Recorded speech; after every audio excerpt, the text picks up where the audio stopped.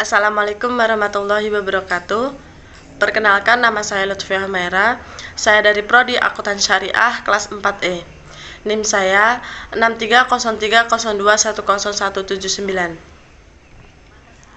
Di sini saya akan menjelaskan sedikit materi tentang regresi berganda. Regresi berganda itu secara sederhana dengan satu variabel independen kurang mencerminkan perilaku variabel ekonomi.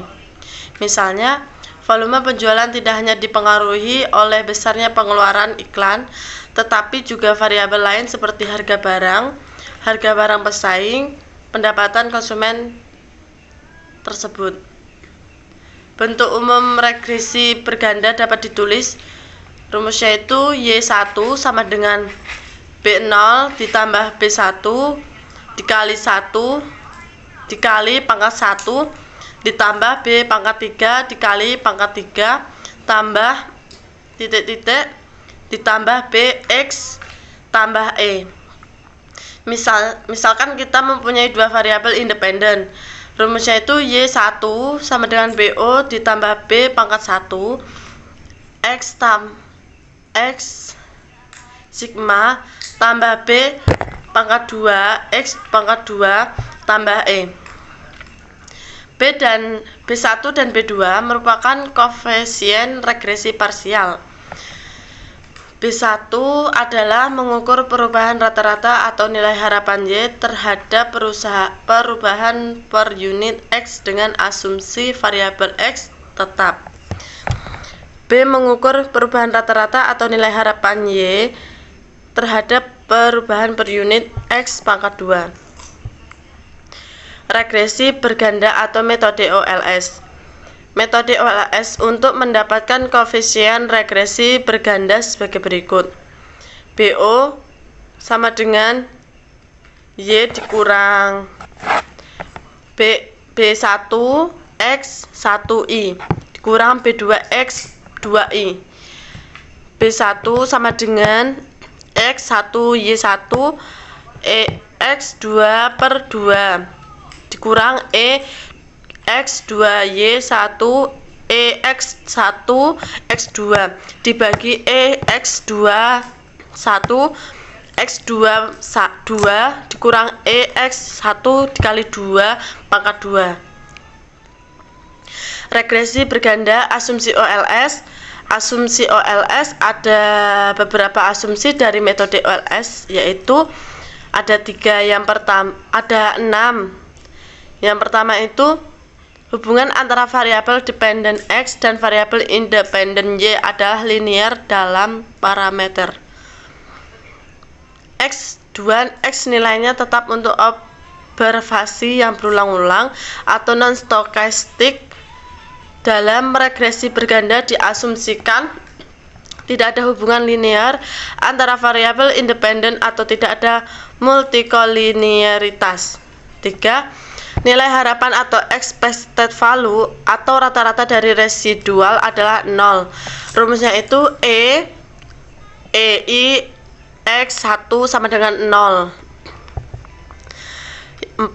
Varian dari residual adalah sama humus kedastisitas. Pelanggaran dari asumsi ini disebut dengan heteroskedastisitas, yaitu varian tidak sama. 5. Tidak ada serial korelasi antara variabel residual atau residual tidak saling berhubungan dengan residual yang lain. Pelanggaran dari asumsi disebut dengan autokalerasi. 6. Variabel residual berdistribusi normal. Jika asumsi 1-5 terpenuhi menghasilkan estimator yang tidak biasa, linear dan mempunyai varian yang minimum atau base linear unbiased estimator atau sama dengan blue. Tidak bias atau unbiased yaitu nilai harapan sama dengan nilai yang sebenarnya. Linear yaitu linear terhadap variabel dependen Y. Varian yang minimum atau base estimator yang tidak bias dengan varian minimum disebut estimator yang efisien atau efisien estimator. Standar error of estimates mengukur persebaran atau variasi nilai aktual terhadap nilai prediksi yang berada pada garis regresi.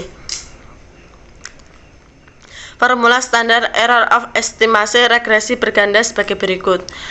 Formula untuk menghitung standar error untuk koefisien regresi. Ini rumusnya. R12 merupakan korelasi antara variabel independen X1 dan X2. Contoh regresi berganda dengan dua variabel independen, yaitu bagaimana pengaruh besarnya harga dan pengeluaran iklan mempengaruhi nilai penjualan komputer per bulannya. Sebanyak 20 toko komputer diambil sebagai sampel secara random. Regresi berganda estimasi. Y1 sama dengan PO tambah B1 kali 1 tambah B2 X2 tambah E. Y sama dengan penjualan atau juta per bulan. X1 harga atau juta kali 2 sama dengan pengeluaran iklan atau juta per bulan. A. Carilah koefisien regresi dan interpretasikan nilai koefisien regresi. B. Carilah besarnya standar error of efficient. Dan ini contoh tabel untuk volume, penjualan, harga, pengeluaran iklan, dan diskon. Ini tabel untuk mencari koefisien regresi berganda dengan ini tabelnya.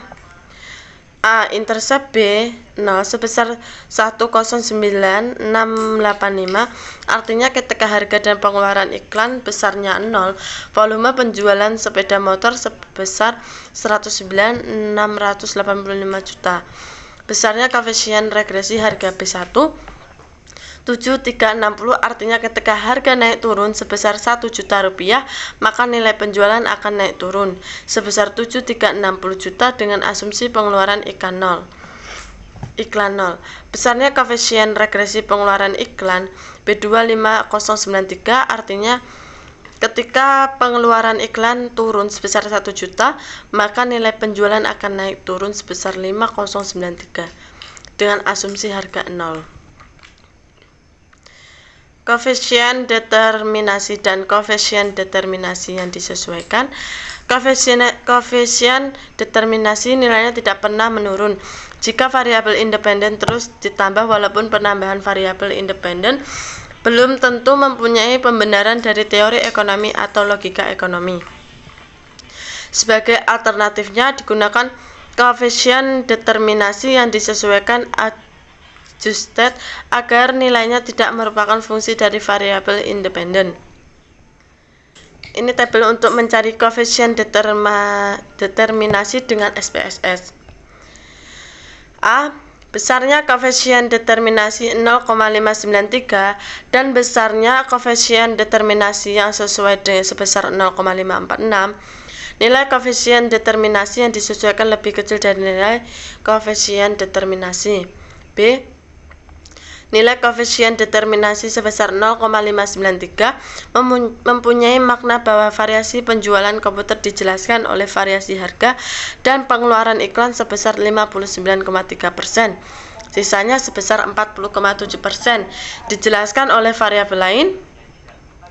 Evaluasi hasil regresi meliputi ada 4. Yang pertama, penilaian seberapa baik atau goodness of fit.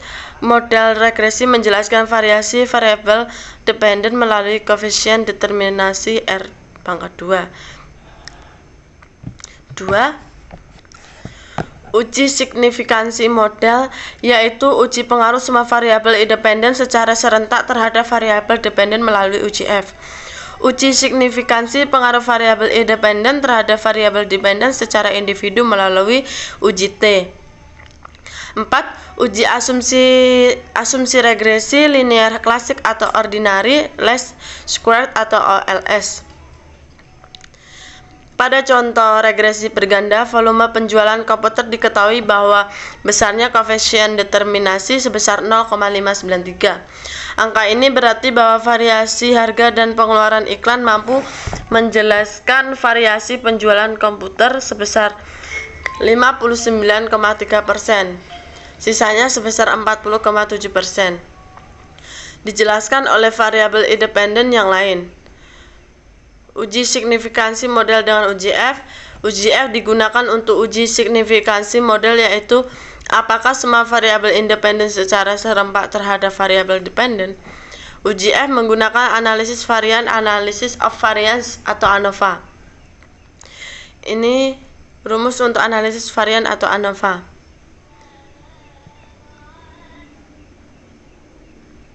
Prosedur uji dapat dijelaskan. Pertama, hipotesis 0 mengatakan semua variabel independen secara bersama-sama tidak berpengaruh terhadap variabel dependen, dan hipotesis alternatifnya menyatakan semua variabel independen secara bersama-sama berpengaruh terhadap variabel dependen. 2. Mencari nilai hitung dan nilai kritis dari tabel distribusi F. 3. Keputusan menolak atau gagal menolak. Jika F hitung lebih besar F kritis, maka kita menolak HO. Jika F hitung lebih kecil F kritis, maka gagal menolak HO. Apakah pengeluaran iklan dan jumlah sales penjualan secara bersama-sama mempengaruhi volume penjualan komputer dengan tingkat signifikansi 5%? Ini rumusnya ANOVA.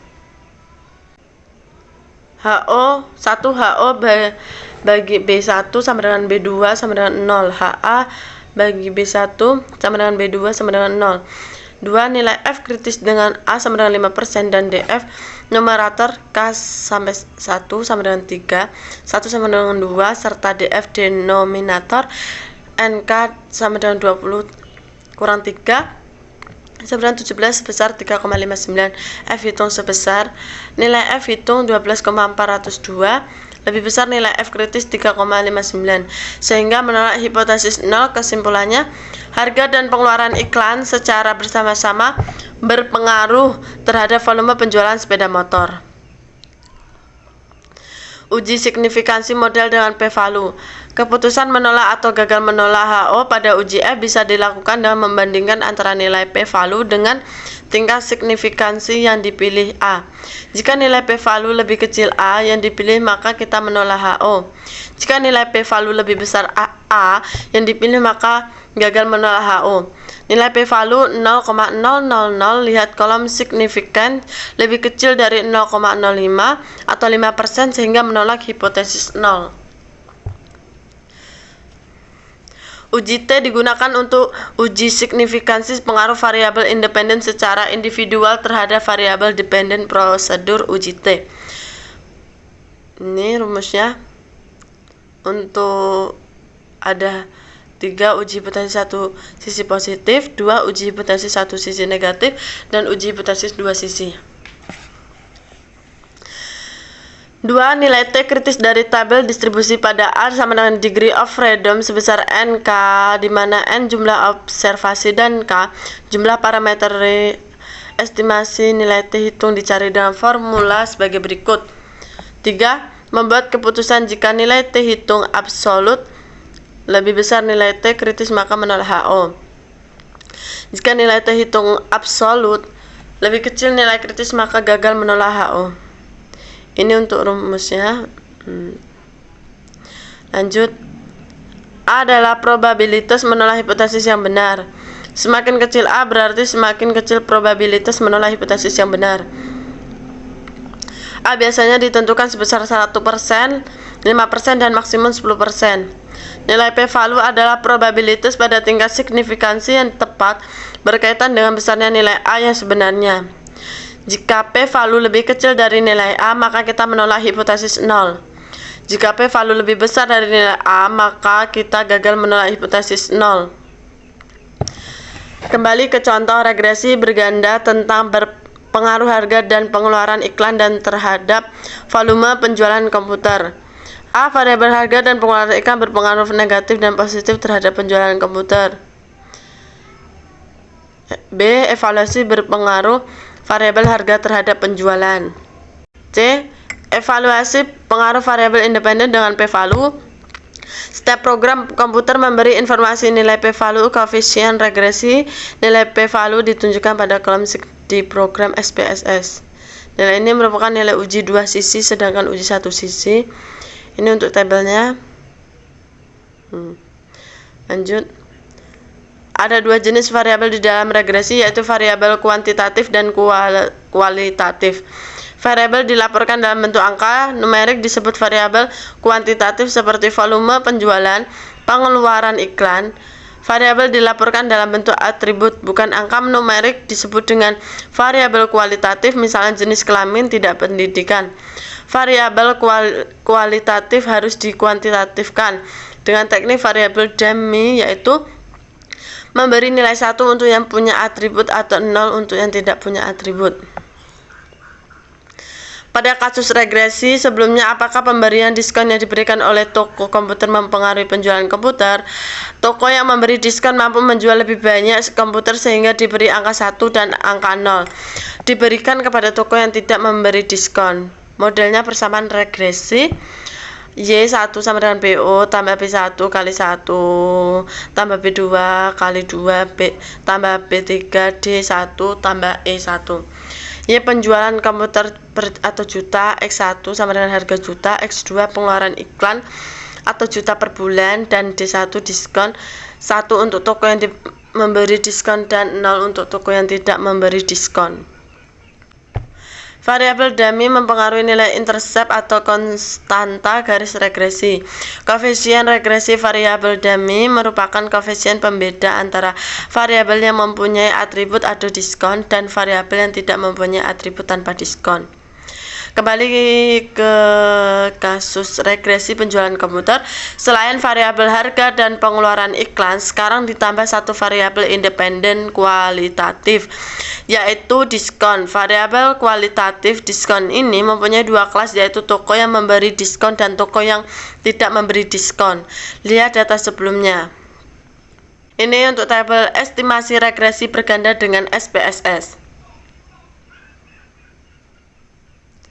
Lanjut, A.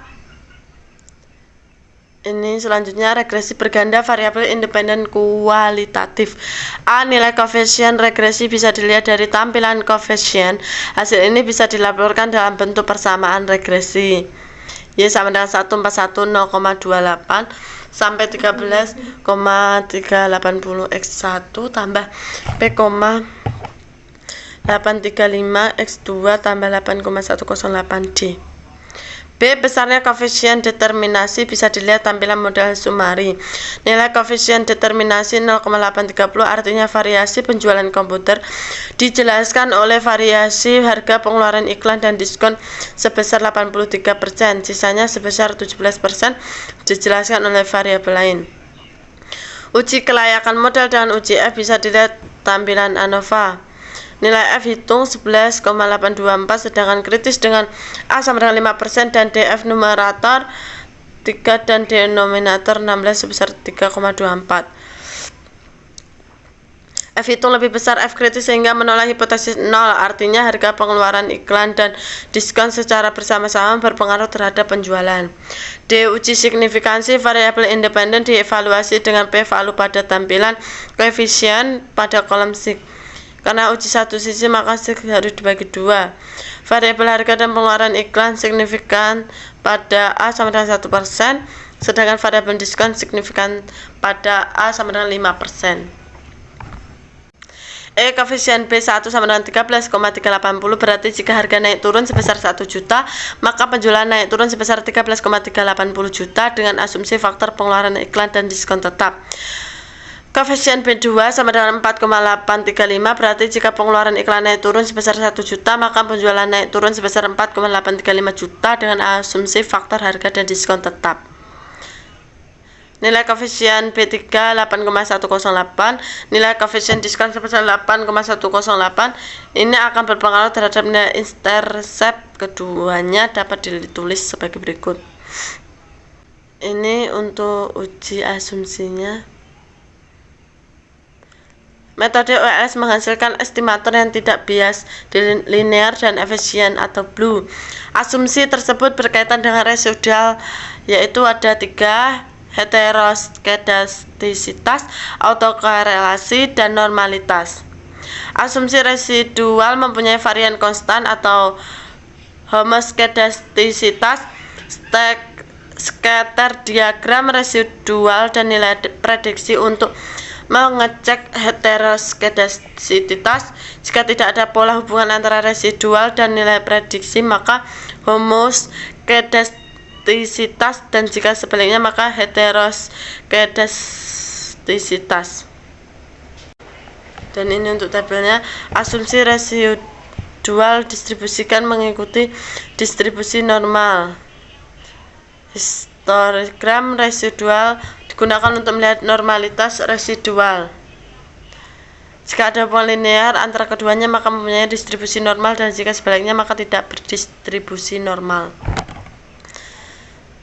Dan ini pola hubungan antara nilai prediksi variabel dependen dengan residualnya menyebar sehingga tidak membentuk hubungan linear maupun non-linear dengan nilai prediksi variabel dependen. Dengan demikian residualnya bersifat homoskedastisitas bukan heteroskedastisitas. Ini untuk tabel cek residual dengan SPSS-nya. Dan ini untuk normalitas cek residual dengan SPSS-nya. Berdasarkan histogram residual menyerupai kurva distribusi normal, dan berdasarkan Q min Q plot menunjukkan nilai Q min Q plotnya terletak pada garis lurus.